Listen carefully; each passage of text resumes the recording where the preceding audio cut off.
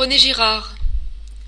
René Girard, qui vient de s'éteindre, a mené une longue carrière universitaire aux États-Unis, où il enseignait la littérature, après des études d'archiviste à l'École nationale des chartes à Paris. Son érudition, l'originalité de ses propositions, le classent, dès la publication de son premier ouvrage, parmi les penseurs importants. Au fondement de sa pensée, le désir et la rivalité, soit l'essence de toute passion humaine.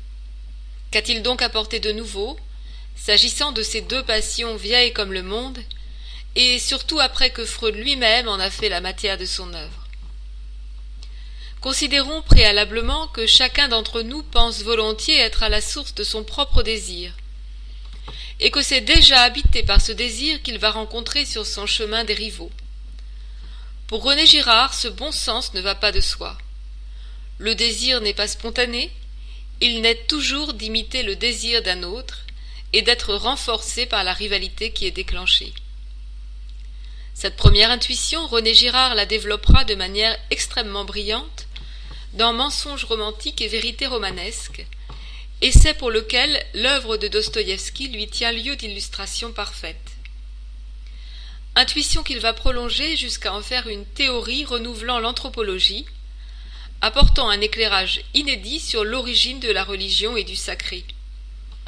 Ce sera la violence et le sacré, puis des choses cachées depuis la fondation du monde. Car la rivalité engendre la violence, et il est clair pour René Girard, si l'on imagine les sociétés archaïques, que cette violence est susceptible de provoquer des massacres à l'intérieur même des groupes, et par conséquent menace leur survie. C'est alors qu'intervient le mécanisme du bouc émissaire, qui détourne la violence en la concentrant sur lui, et permet ainsi de réinstaurer un retour à l'ordre. Cette vertu, pour ainsi dire miraculeuse du bouc émissaire, va inciter à le sacraliser. Cette sacralisation fonde alors la religion autour d'un totem, effigie de la victime. Et c'est par des pratiques rituelles que le groupe reproduira le meurtre initial auquel il doit son salut. Ce grand détour anthropologique conduit alors Girard à une interprétation radicalement révolutionnaire du sacrifice christique. Pour lui, le message évangélique s'applique à révéler la nature fondamentalement sacrificielle du fonctionnement humain. Par conséquent, changer l'homme consiste à stopper la contagion du désir mimétique. Je désire ce que tu désires, et le mécanisme victimaire. C'est bien cette rupture du désir mimétique qu'incarne l'idiot dans le roman de Dostoïevski, ce dont Girard entendait faire la démonstration. La vision de Girard a le grand mérite d'être à la fois brillante et en bonne partie convaincante.